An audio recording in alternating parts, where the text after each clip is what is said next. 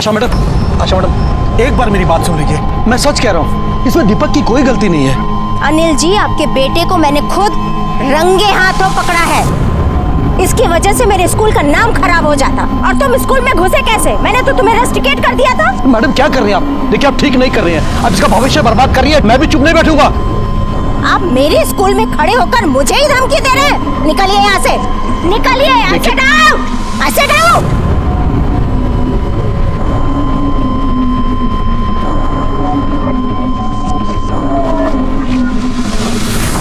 पापा अब क्या होगा? कांड करने से पहले सोचना चाहिए था। क्या कर रहे हो तुम लोग यहाँ पे? जाओ अपने क्लास में। मैडम, आपने कुछ जरूरी मीटिंग के लिए कहा था, तो मैं सारे टीचरों को बुला लूं? नहीं शुक्ला जी, मैं बताती हूँ आपको बाद में। अभी आप जाइए। जी।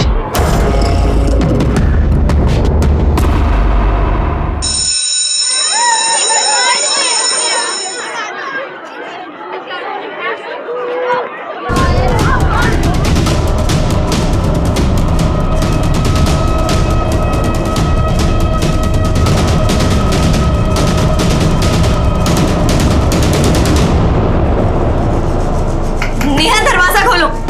नेहा प्लीज दरवाजा खोलो। नेहा, नेहा तो दरवाजा क्यों नहीं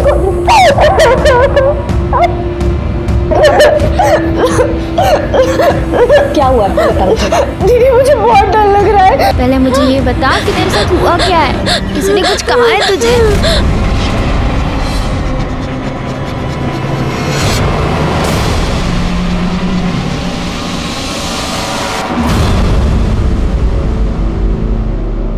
सिद्धार्थ, क्या कर रहे हो तुम?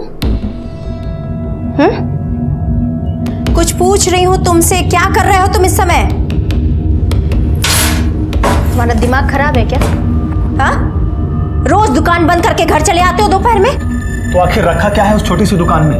हाँ, लोग मजाक उड़ाते हैं मेरा, आपको पता है? बोलते हैं माँ स्कूल के प्रिंसिपल है और बेटा दुकान चलाता है। तुमसे ज्यादा शर्म ना मुझे आती है सिद्धार्थ। पढ़ाई वढ़ाई तो तुमसे हुई नहीं, 10th पास करने के बाद दुकान में नहीं बैठोगे तो क्या करोगे? और तो फिर क्यों नहीं आप मेरा वो शोरूम खुलवा के दे रही हैं? मैं कब से बोल रहा हूँ ना आपको, आप क्यों नहीं कर रही मेरे लिए? ऐसे पेड़ पे नहीं उगते हैं। पहले ये दुकान तो चला के दिखाओ, उसके बाद खोल दूंगी तुम्हारा शोरूम। सच तो ये है माँ कि आप मेरे लिए वो शोरूम खुलवाना ही नहीं चाहती। न जाने किसके लिए पैसा जमा कर रही हैं और ये सिंदूर बिंदी किसके नाम के लिए लगा? सिद्धार्थ, तुम अपने काम पर ध्यान दो। आपसे कुछ बात करना ही बेकार है माँ, समझिए आप? सिद्धार्थ, सिद्धार्थ,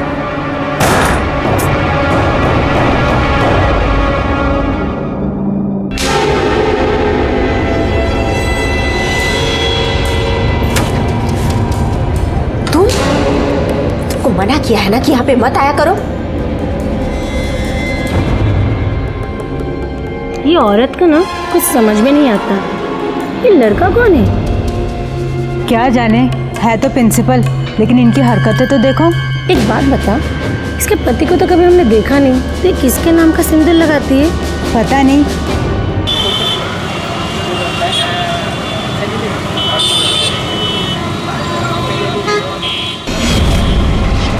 भैया ये ऐसे किनारे लगाइए तो।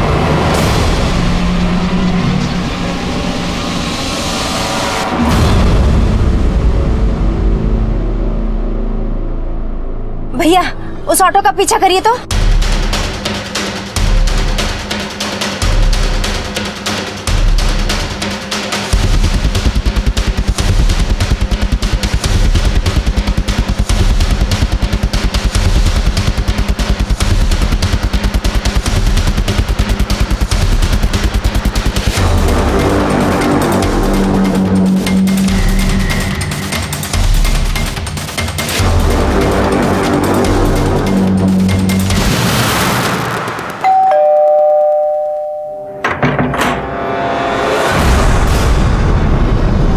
आशा तुम?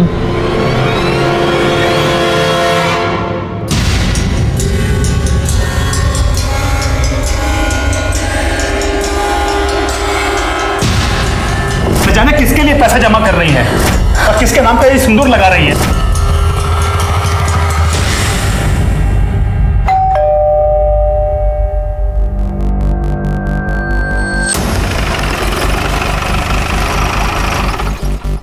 हटिए। बॉडी कहाँ है? किचन में।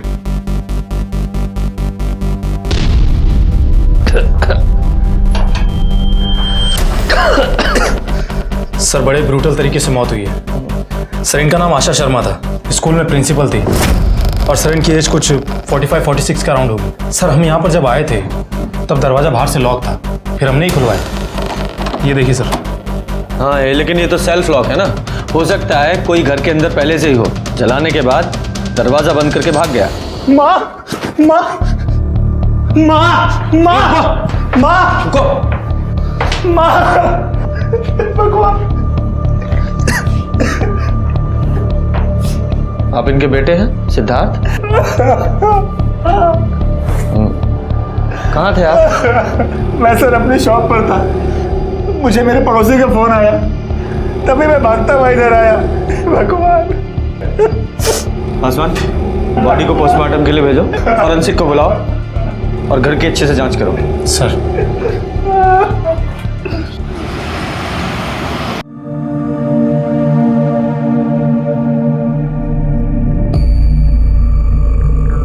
नेहा, भगवान कभी किसी के साथ कुछ गलत नहीं होने देता। उसे अपने किए की सजा मिल चुकी है और हाँ, अब तुझे डरने की कोई जरूरत नहीं है। पापा हमें बहुत डर लग रहा है। देख बेटा, तू डर मत, कुछ नहीं होगा, बस तू अपना मुंह मत खोलना, किसी को कुछ पता नहीं चलेगा। अरे भाई, अरे तुम सोए हुए थे जब हम वहां से निकले। हाँ ठीक है सर वो, अरे जन्मदिन के आशीर्वाद दे रहे हैं ना तुमको, इससे बड़ा गिफ्ट और क्या चाहिए? शाम को मिलके केक काटेंगे, ठीक है? चल। हाँ बोल। सर प्रिंसिपल आशा शर्मा की पोस्टमार्टम रिपोर्ट आ गई है। सर रिपोर्ट के मुताबिक बॉडी 75% जल गई थी और मौत का समय दोपहर 3 से 6 के बीच का है। और सर आपका शक सही था, फॉरेंसिक वालों को आशा शर्मा के हाथ और पैर पर नायलॉन की रस्सी के ट्रेसेस मिले। हाँ, इसका मतलब पहले उन्हें बांधा गया होगा, फिर जला गया होगा। लेकिन सर कोई प्रिंसिपल को इतने ब्रूटल तरीके से क्यों मारना चाहेगा? वही पता लगाना है। एक काम करो, आशा जी के कॉल डिटेल्स निकालो और उनके बेटे सिद्धार्थ से मिलते हैं। ठीक है चलो निकलो। जाओ।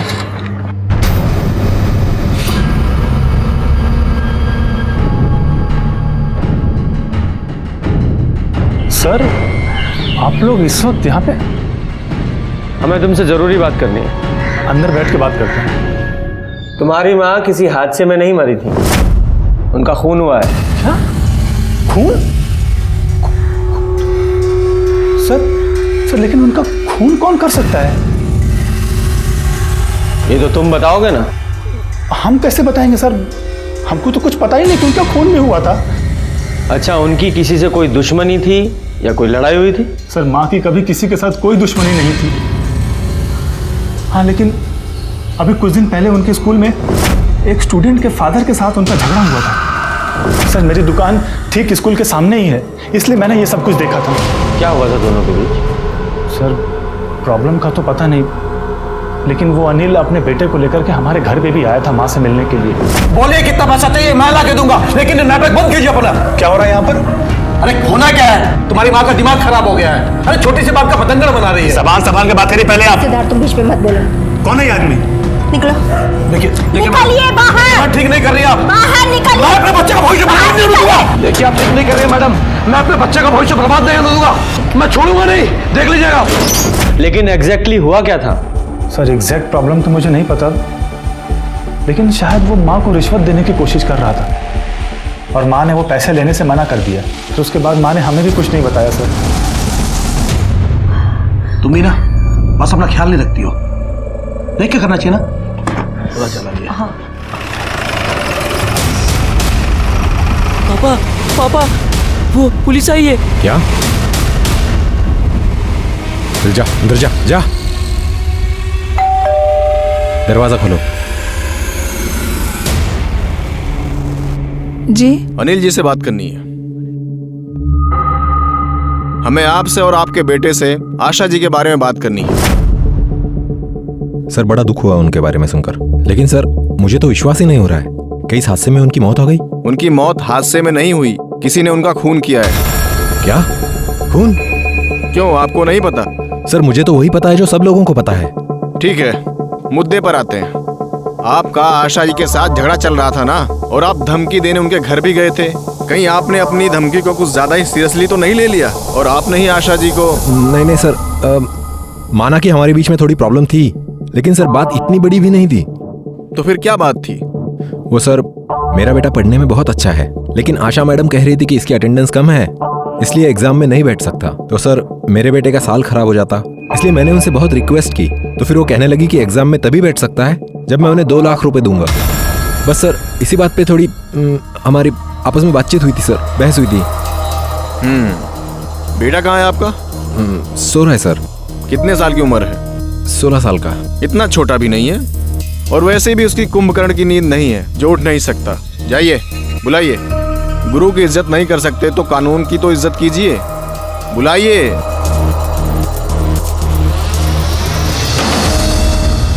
दीपक जी?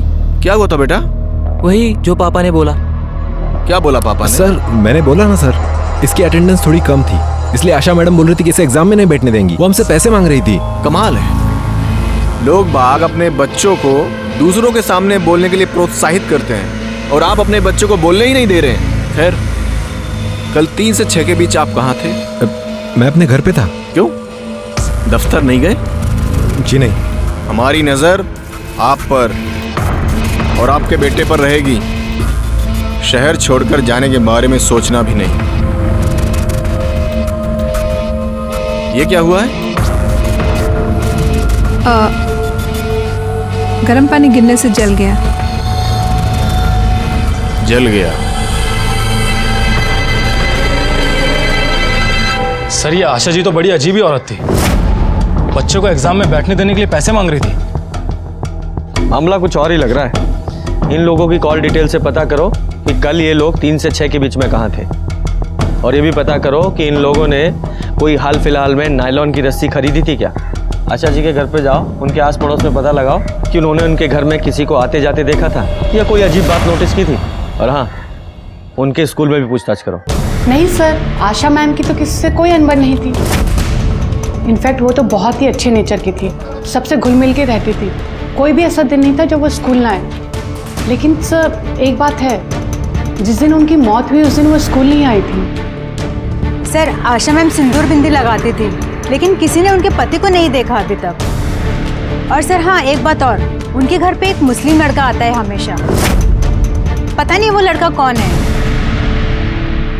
सर दीपक के पिता अनिल के घर के बाहर तो ऐसी कोई दुकान नहीं है जहां से नायलॉन की रस्सी मिल सके। सर अनिल और उसकी पत्नी कॉल रिकॉर्ड्स। सर जिस दिन आशा जी की मौत हुई थी उस दिन दोपहर को 3 से 6 के बीच में अनिल के मोबाइल की लोकेशन उसके घर की ही है। हो सकता है मिसलीड करने के लिए अनिल ने अपना फोन घर पे ही छोड़ दिया हो सकता है सर। और हाँ सर, हमने आशा जी के स्कूल में जाकर भी पता किया है। सर कुछ तो हुआ था। सर एक टीचर का कहना है कि आशा जी ने सारे टीचर्स को अर्जेंटली बुलाया था कुछ बात करने के लिए, मीटिंग करने के लिए। फिर उसके बाद में आशा जी ने मीटिंग कैंसिल कर दी। आपने कुछ जरूरी मीटिंग के लिए कहा था, तो मैं सारे टीचरों को बुला लूं? नहीं शुक्ला जी, मैं बताती हूँ आपको बाद में। अच्छा, आशा जी के आस पड़ोस से कुछ पता चला? हाँ सर। सर आशा जी अधिकतर बात तो किसी से करती नहीं थी, लेकिन पड़ोसियों का कहना है कि आशा जी के घर पर एक मुस्लिम लड़का आया करता था। एक बात और सर आशा जी सिंदूर बिंदी लगाती जरूर थी, लेकिन पड़ोसियों का कहना है कि आज तक उन्होंने उसके पति को देखा नहीं। हो सकता है कहीं बाहर काम करते हो, लेकिन अभी तक आए क्यों नहीं? सर वो 5 साल पहले ही हमें छोड़कर चले गए, लेकिन मेरी माँ अब तक उनके नाम का सिंदूर लगाती थी। कहीं इन सब में उनका हाथ तो नहीं है? पता नहीं सर, हम तो उनके टच में बिल्कुल नहीं थे। हमें कुछ नहीं पता कि इसमें उनका हाथ है भी कि नहीं। कहाँ है वो अभी, कुछ पता? ये भी नहीं पता सर। और उन्हें ढूंढना इतना मुश्किल काम भी नहीं था। गवर्नमेंट जॉब में है, बिजली विभाग में है, लेकिन हमने कभी उनकी खबर लेने की कोशिश ही नहीं की। माँ ने ही कहा था कि जब वो खुद घर छोड़कर गए हैं तो उनके पीछे जाकर क्या फायदा। नाम क्या है उनका? मदन शर्मा। अच्छा, तुम्हारे घर एक मुस्लिम लड़का आता है, वो कौन है? वो मेरा छोटा भाई है सर, अनुराग। मुस्लिम लड़का अनुराग तुम्हारा भाई, क्या माजरा है ये? दरअसल अब उसका नाम असलम है, वो कन्वर्ट हो गया है। क्यों कन्वर्ट हो गया है? सर पुराने घर से जब हम लोग यहाँ पर शिफ्ट हुए थे तो उसके कुछ ही दिनों के बाद वो। अनुराग ये क्या कर रहा है?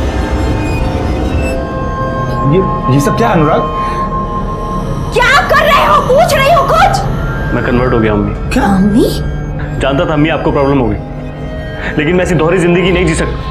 अनुराग मेरी बात सुनो। अनुराग माँ एक मिनट। अनुराग देख मेरी बात सुन। उसके बाद वो चला गया, फिर कभी कभी वो घर पर आता था और ये सब माँ को बिल्कुल ही पसंद नहीं था। और कौन कौन है घर में तुम्हारे? सिर्फ फैमिली में बचा ही कौन है? कहने को तो पापा हैं, अनुराग है, लेकिन कहाँ है सर वो? एक माँ थी अब वो भी नहीं। हमें अनुराग का कमरा देखना है।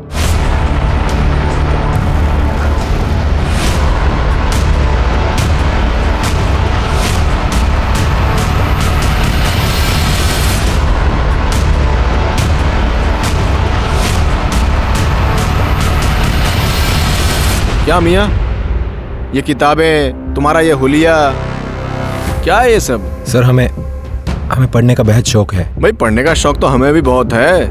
वेद पुराण से लेकर बाइबल, कुरान सब हमने पढ़ा है। ये किताबें ये तो किसी जिहादी ऑर्गेनाइजेशन की लग रही हैं। कहीं ज्वाइन करने का इरादा तो नहीं है? नहीं सर, हमारा ऐसा कोई मंसूबा नहीं है किसी भी ऑर्गेनाइजेशन को ज्वाइन करने का। हम तो बस ऐसे ही पढ़ रहे थे। अच्छा एक बात बताओ, पर ये कन्वर्ट क्यों हो गए तुम? सर ये सब हमने उनके कहने पर किया। मैं कुछ भी कर सकता हूँ। ठीक है, तो फिर तुम्हें कन्वर्ट होना होगा। प्यार के नाम ये भी सही। भाभी जान,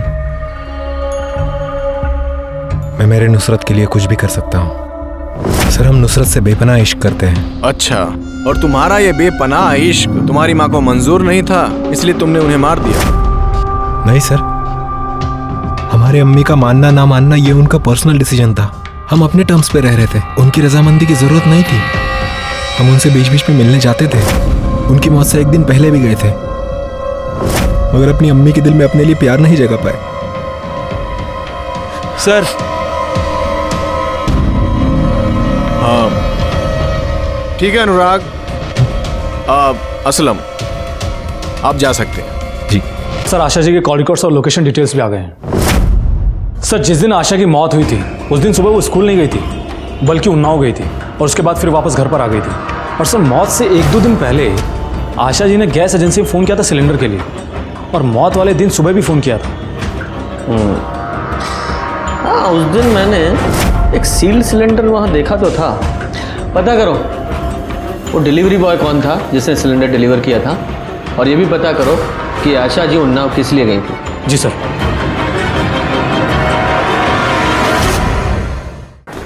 सर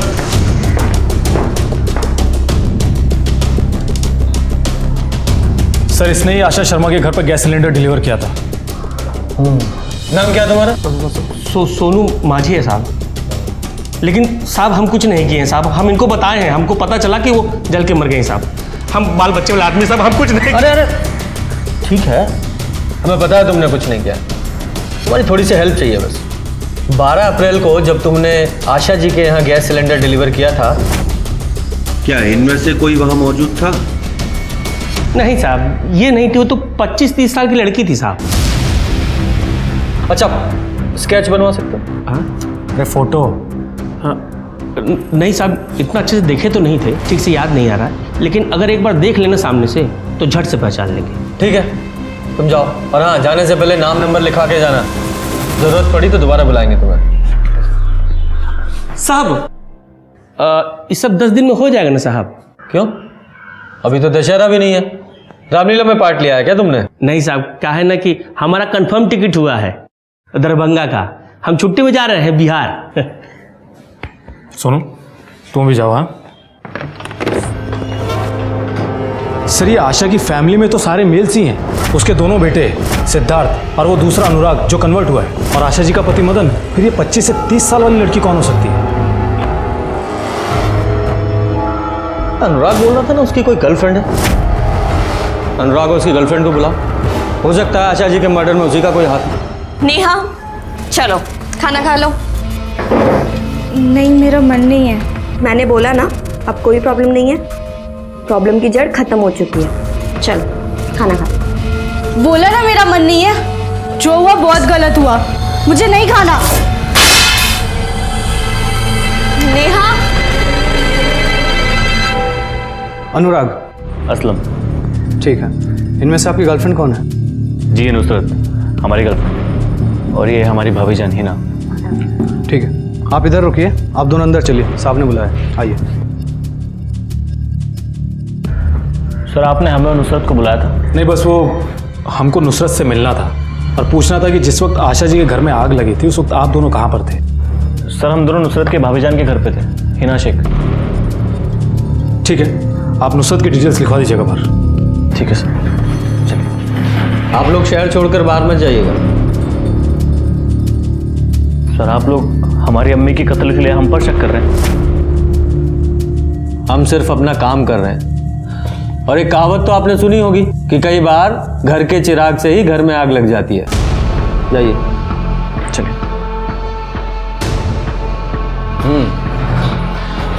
क्यों माँ जी, यही लड़की थी ना? हाँ साहब, कुछ कुछ तो वैसी ही थी। कुछ कुछ क्या मतलब है? ये थी या नहीं थी? अब क्या है ना साहब, ठीक से याद नहीं आ रहा है। ठीक है, जाओ तो। क्या है साहब कि ड्यूटी छोड़ के आना पड़ता है और बहुत खर्चा होता है साहब, तो भाड़ा वाड़ा मिल जाता तो बहुत मेहरबानी होती साहब। हाँ जी सर। विजय,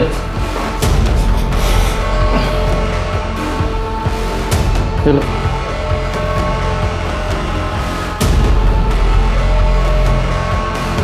विजय, इस अनुराग और नुसरत पे नजर रखो और इन दोनों की कॉल डिटेल्स भी निकालो। जी सर। अरे सर क्या आप कंप्लेंट कर रहे हो सर? अरे इतना सा लड़का था सर, हमारी आंखों के सामने से हमारी बाइक लेकर चला गया सर। नहीं सर, आप चलिए और हमारी बाइक दिलाइए सर। मैं नहीं जानता सर। क्या हो रहा है ये? क्यों शोर मचा रहे हो? सर, इसकी बाइक चोरी हो गई है और पिछले कुछ दिनों से इस एरिया में काफी बाइक चोरी हुई हैं। हाँ तो कंप्लेंट तो लिखानी पड़ेगी ना। शांति से बैठो और पहले कंप्लेंट लिखाओ। Sorry sir. पासवान, सारे सिग्नल्स को अलर्ट करो और उनकी सीसीटीवी फुटेज भी चेक कराओ। और जितनी बाइक आज तक चोरी हुई हैं सबका आरटीओ से क्रॉस वेरिफिकेशन कराओ।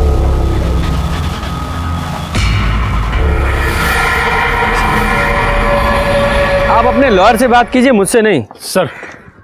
सर अनुराग और नुसरत के कॉल रिकॉर्ड्स के हिसाब से वो दोनों सच बोल रहे हैं। सर उन दोनों के मोबाइल की लास्ट लोकेशन नुसरत की भाभी हिना के घर के पास की है।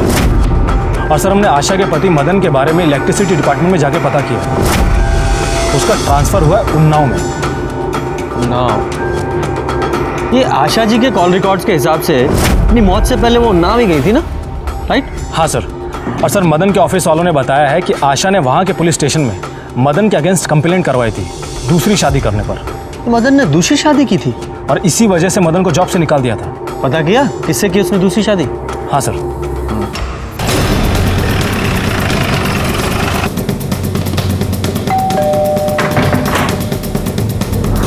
मदन जी है? नहीं, वो तो नहीं है। कहीं अंदर तो नहीं है? सर आप चाहे तो अंदर देख सकते हैं, वो नहीं है। कहाँ गए? पता नहीं। आप उनकी पत्नी हैं या ऐसे ही साथ में रह रही हैं? सर ये आप क्या कह रहे हैं? उनकी पत्नी आशा शर्मा ने उनके खिलाफ कंप्लेन लिखवाई थी? जी, मेरे सख्त नेचर की वजह से मैं अपना घर नहीं बचा पाई, लेकिन वजह तो ये थी नहीं मदन। वजह ये थी कि तुम इस औरत के लिए मुझे छोड़कर आ गए। ऐसा नहीं है, ऐसा नहीं है। ये बच्चा तुम्हारा है? कितने साल का? 6 साल का है। और 5 साल पहले तुमने मुझसे ये कहा कि तुम्हारा दम घुटता है उस घर में। ये क्यों नहीं कहा कि तुमने गिरहस्ती बसा ली है इस औरत के साथ, बच्चा पैदा कर लिया है? मैं पुलिस में कंप्लेन करूंगी, तुम्हारे ऑफिस जाऊंगी। ना तुम्हारा ये बच्चा जायज है और ना तुम्हारी ये बीवी, तुम्हारी ये पूरी शादी ही नाजायज है। इनके खिलाफ इंक्वायरी चल रही है। उस दिन के बाद से वो पता नहीं कहाँ चले गए हैं। मुझे लगता है कि उन्होंने मुझे भी छोड़ दिया है। पासवान, इस मदन की कॉल डिटेल्स निकालो, उसका नंबर ट्रेस करो और इस किरण पर नजर रखो। जी सर।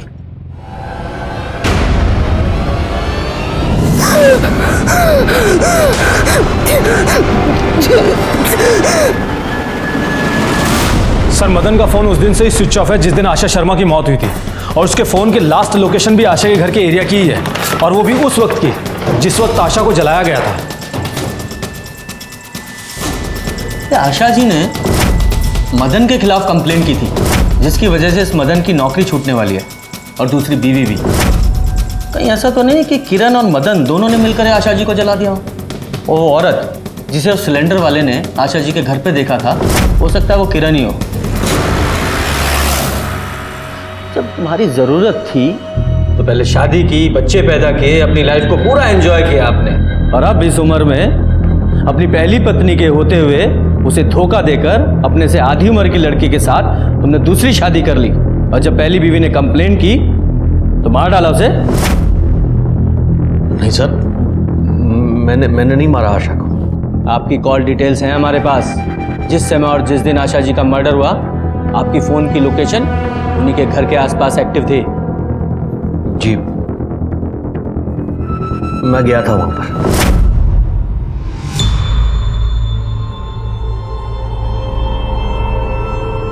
भाई साहब एक मिनट, ये इतनी भीड़, ये पुलिस, क्या हुआ यहाँ पर? मैडम यहाँ आशा शर्मा रहती थी, जल के मर गई। मैंने अपना फोन स्विच ऑफ किया और मैं वहां से निकल गया सर। झूठ बोल रहे हैं आप। आपने गुस्से में आशा जी का कत्ल किया, और यही नहीं, आपकी वो दूसरी पत्नी किरण, वो भी इसमें शामिल है। किरण का इससे दूर दूर तक कुछ लेना देना नहीं है सर। वो तो पता चल ही जाएगा। माँ जी, ये मदन जी हैं, आशा जी के पति, और ये हैं मदन जी की दूसरी पत्नी किरण जी। अब ये बताओ, आशा जी के यहाँ जब तुमने गैस सिलेंडर डिलीवर किया था, ये वहां थी?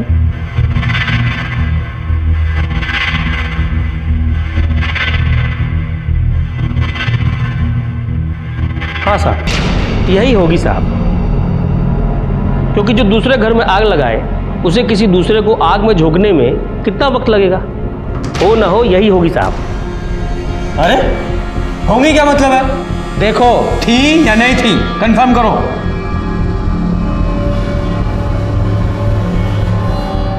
साहब, लग तो वही रही हैं, लेकिन पक्के तौर पे कह नहीं सकते।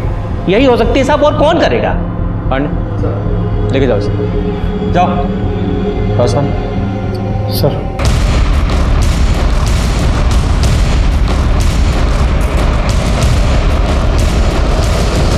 मदन ने चारबाग स्टेशन से ऑटो लिया था, और उसी से वो आशा जी के घर पर गया था, और उसी ऑटो से वो वापस भी आया था। ये बात तो कंफर्म हो चुकी थी।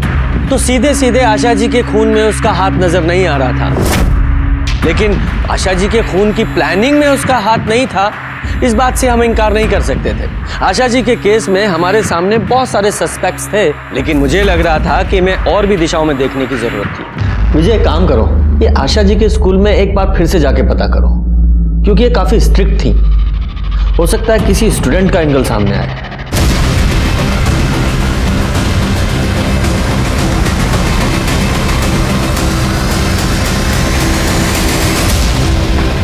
सर, स्कूल से 3 स्टूडेंट्स को निकाला गया था, नेहा, अनिकेत और दीपक को। हाँ, लेकिन दीपक के फादर ने तो कहा था कि आशा जी ने सिर्फ एग्जाम देने से रोका था। आशा मैडम कह रही थी कि इसकी अटेंडेंस कम है, इसलिए एग्जाम में नहीं बैठ सकता। इसे अनिकेत का पता क्या? हाँ सर, हम अनिकेत के घर पर गए थे, लेकिन उसके घर पे ताला लगा हुआ था। चलो तो फिर नेहा से मिलके आते हैं।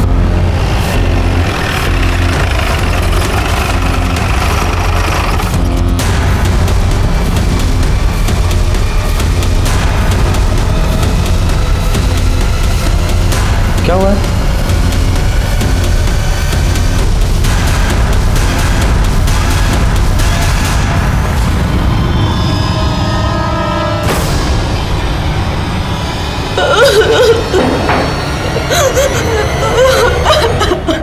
आप? नहीं ईशा, निया मेरी छोटी बहन थी।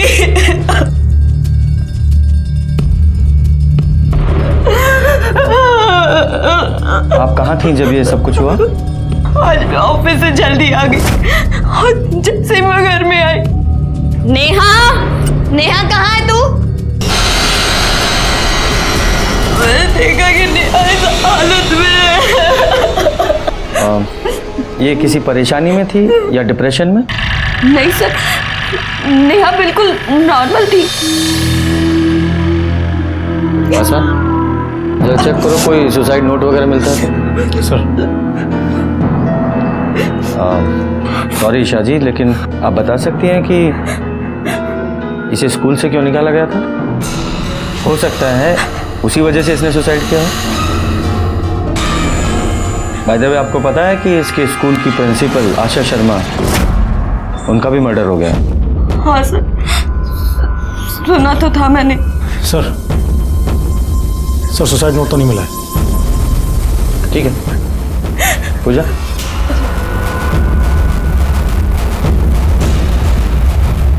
पासवान बॉडी को पोस्टमार्टम के लिए भेजो और पता करो कि ये नेहा, दीपक और अनिकेत, इनमें कोई कनेक्शन है क्या?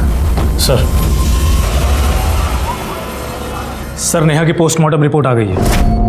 ठीक है, अंदर आओ। सर बॉडी पर स्ट्रगल का कोई भी मार्क नहीं है और मौत फांसी लगने से ही हुई है। इसका मतलब ये सुसाइड ही था? Yes sir. और सर हमने नेहा के कॉल रिकॉर्ड्स और लोकेशन डिटेल्स भी निकलवाए हैं। सर नेहा ने आशा से कभी डायरेक्ट बात तो नहीं की थी, लेकिन वो अनिकेत के जरूर टच में थी और अनिकेत ने आशा के सेल पे फोन किया था और इस अनिकेत का फोन तभी से बंद है जब से उसे स्कूल से निकाला गया।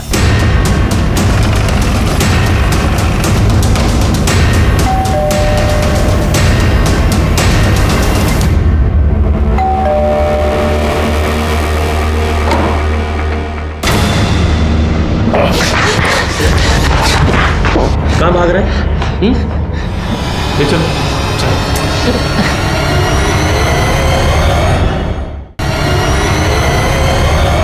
ये सब क्या है? गलती हो गई सर। सर इस फाइल में उन सारी बाइक्स के नंबर्स है जो पिछले कुछ दिनों में इस एरिया में चोरी हुई थी। इतनी छोटी उम्र में बाइक चोरी करते? नहीं सर, वो आशा मैडम को पैसे देने थे। वो मेरी प्रिंसिपल है।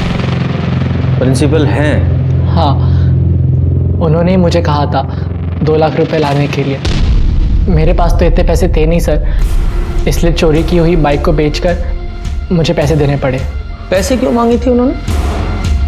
कुछ गलती हो गई थी सर, और मैम ने कहा कि अगर पैसे नहीं दिए तो स्कूल से एक्सपेल कर देंगी। तो पैसे देने तुम उन्हें ऊपर जाते थे? मतलब आशा जी का मर्डर हो गया है। क्या मर्डर?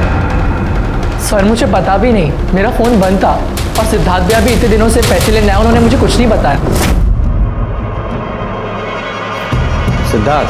जी, मैडम का बेटा। उन्होंने ही मुझसे कहा था कि मैम को पैसों की ज़रूरत है और अगर मैंने उन्हें पैसे दे दिए तो मुझे माफ़ कर देंगे। ये बाइक चुराने का आइडिया भी सिद्धार्थ भैया का ही था। क्या सर बकवास कर रहा है ये? सर ये झूठ बोल रहा है, मैंने इससे कोई पैसे वैसे नहीं लिए। क्या सबूत है तुम्हारे पास? अरे रिकॉर्डिंग है इसके पास में तुम्हारी, सुनाओ जरा रिकॉर्डिंग। हाँ सिद्धार्थ भैया, मैंने मेरे माँ से बात कर ली है, लेकिन तुम्हारी मैम मान ही नहीं रही है। उनको 2 लाख रुपया किसी भी हालत में चाहिए। लेकिन इतने पैसे मेरे पास नहीं है। एक काम कर, बाइक चोरी कर और उन्हें बेच। सर हम मानते हैं कि हमने इससे पैसे मांगे थे। वो दरअसल हम अपने उस छोटे से दुकान से खुश नहीं थे, हम कुछ बड़ा करना चाहते थे सर, इसीलिए हमने इससे पैसे लिए थे। तुमने ही तो अपनी माँ को नहीं मारा? नहीं सर, अरे ये क्या कर रहे हैं आप? हमने अपनी माँ को नहीं मारा है सर, वो तो हम बस इसकी मजबूरी का फायदा उठा रहे थे और कुछ नहीं। मजबूरी? क्या मजबूरी थी तुम्हारी?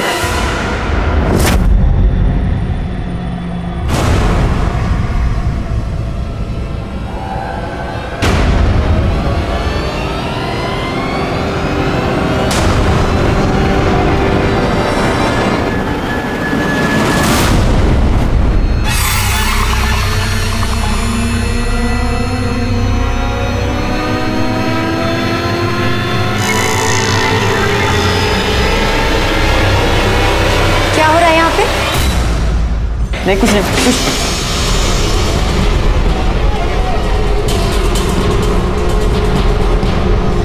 ये सब करने आते हो तुम लोग स्कूल में? हाँ? डिस्गस्टिंग। और नेहा तुम पढ़ाई में तो तुम्हारा मन लगता नहीं है, यही सब करने आती हो तुम ना? तुम खुद अपना वीडियो बनवा रही थी? I am so sorry ma'am, मुझे नहीं पता था ये वीडियो बना रहा होगा। लेकिन तुम्हें ये तो पता था कि तुम क्या कर रही हो, और वो भी स्कूल में? मैं तुम तीनों को एक्सपेल कर दूंगी। सर मैंने आपसे कहा ना सर, मैंने आशा जी को नहीं मारा सर। सर मैं डर जरूर गया था, इसीलिए तो मैं बार बार आशा मैडम से रिक्वेस्ट कर रहा था। वो मोबाइल कहाँ है जिससे आपके बेटे ने वो वीडियो बनाई थी? सर आशा मैडम ने वो मोबाइल लॉकर में रख दिया था, तो मैंने पीयून को पैसे खिलाकर उसे निकलवाया, वरना मेरा बेटा फंस जाता सर। लाइए मोबाइल लीजिए वो। लेकिन सर मैंने वो वीडियो डिलीट कर दिया उसमें से।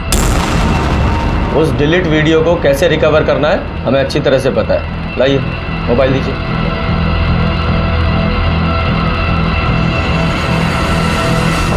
परीक्षा, तुमने हमें सब कुछ बताया क्यों नहीं? क्या बताती सर कि आशा मैम की वजह से मेरी बहन ने अपनी जान दे दी। उनकी मौत के बाद भी मेरी बहन डरी हुई थी कि पुलिस इन्वेस्टिगेशन में उसका वो सेक्स वीडियो कहीं मिल ना जाए। कहीं सबसे गुस्से में आकर तुमने ही तो कुछ नहीं कर दिया? अगर मुझे मारना ही होता तो उस अनिकेत को मारती जिसने मेरी बहन का वो वीडियो बनाने के लिए दीपक से कहा। अरे मेरी बहन तो अनिकेत से सच्चा प्यार करती थी, धोखा उस अनिकेत ने दिया है, मेरी बहन ने नहीं। सर इस सिलेंडर वाले ने तो परेशान कर रखा है, जब देखो फरमाइश करता रहता है ये खाना है वो खाना है। जब ये खाना खा ले इसे अंदर बुला लेना। सर हमारे पास इतने सारे सस्पेक्ट्स हैं और सबके पास आशा जी को मारने का मोटिव भी है। लेकिन सर मांझी तो कह रहा है कि कोई 25 से 30 साल की लड़की थी। हाँ लेकिन आशा जी को हाथ पैर बांधकर जलाया गया था, और ये काम कोई अकेली लड़की नहीं कर सकती। हो ना हो कोई दूसरा भी था। सर खाली बिरयानी कैसी थी? ठीक ही थी साहब, थोड़ा तीखा कम था। क्या है कि हमको तीखा बहुत पसंद है। अब इन सबको ध्यान से देखो और देखकर बताओ, जिस दिन तुमने आशा जी के घर में सिलेंडर डिलीवर किया था वहां इनमें से कौन सी लड़की मौजूद थी?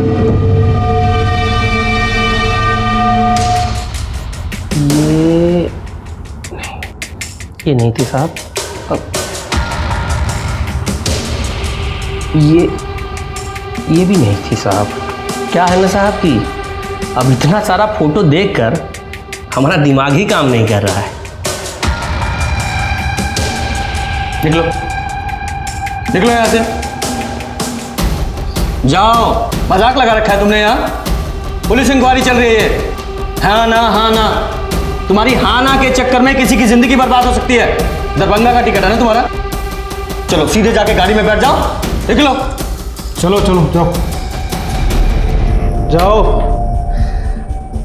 विजय, इतना तो पक्का है कि जिस दिन आशा जी का मर्डर हुआ उनके घर में एक औरत मौजूद थी। एक काम करो, मर्डर वाले दिन के 3 से 6 के बीच की उनके घर के आसपास जितनी भी औरतों के मोबाइल एक्टिव थे सबकी लिस्ट निकालो। सबकी? हाँ थोड़ा मुश्किल है लेकिन हमारे पास कोई ऑप्शन नहीं है।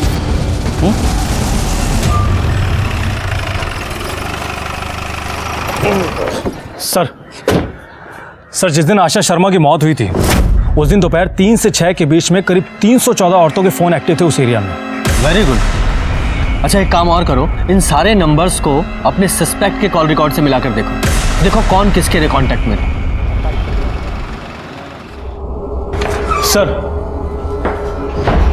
सर पता चल गया है, उन 314 औरतों में से एक के कांटेक्ट में कोई है जिसके पास आशा जी के दूसरे नंबर से कॉल्स आ रहे थे। सर हमने पता किया है, वो नंबर तो आशा जी यूज ही नहीं करती थी और ना ही वो नंबर उन्होंने खरीदा था। सर आशा जी के मर्डर वाले दिन वो नंबर आधे घंटे के लिए आशा जी घर के पास में एक्टिव था। लेकिन हाँ सर, आशा जी के असली मोबाइल की लोकेशन उनके घर की ही थी। इसका मतलब आशा जी के नाम पर किसने एक और सिम खरीदा।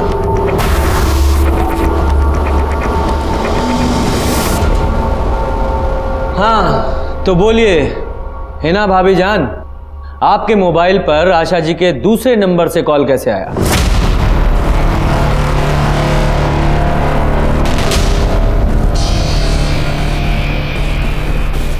बोलिए।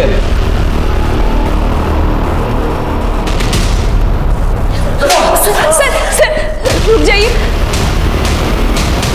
हम बताते हैं। इनके भाईजान इनका निकाह कहीं और करवाना चाहते हैं। लेकिन भाभीजान आपके कहने पर हम कन्वर्ट तक हो गए। लेकिन इतना काफ़ी नहीं है। दरअसल जिनसे इनका निकाह करवाना चाहते हैं इनके भाईजान, वो सरकारी नौकरी करता है।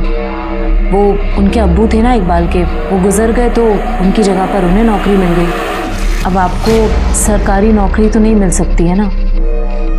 मिल सकती है। कैसे? जैसे इकबाल को मिली।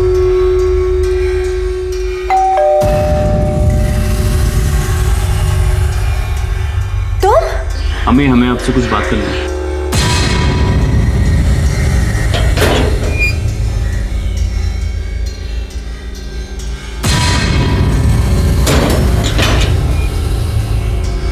बोलो क्या बात करनी है?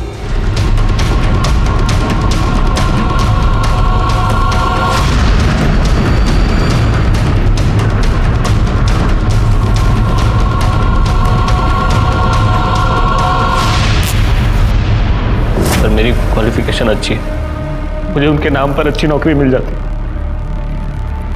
मुझे बस उनकी सरकारी नौकरी चाहिए थी सर। मेरी अम्मी से कोई दुश्मनी नहीं थी।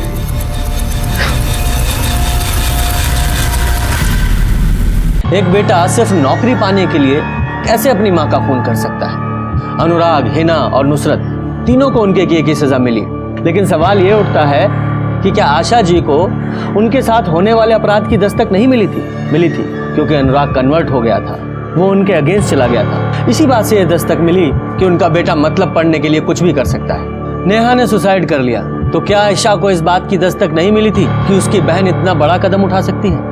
ईशा को दस्तक मिली थी क्योंकि नेहा इतनी छोटी सी उम्र में एक लड़के के साथ संबंध रखे हुए थी। उसे समझना चाहिए था कि उसकी बहन इतनी छोटी है कि मुश्किल आने पर वो अपने आप को संभाल नहीं पाएगी, और हुआ भी यही, उसने आत्महत्या कर ली। ये बहुत जरूरी है कि हम अपने रिश्तों को संभाल कर रखें, लेकिन उससे भी ज्यादा जरूरी ये है कि मुश्किल आने पर हम अपने आप को संभालें। इसी के साथ मैं सीनियर इंस्पेक्टर रंजीत ठाकुर आपसे विदा लेता हूं। सतर्क रहिए और देखते रहिए क्राइम पेट्रोल दस्तक, क्योंकि मकसद बताना नहीं, बचाना है।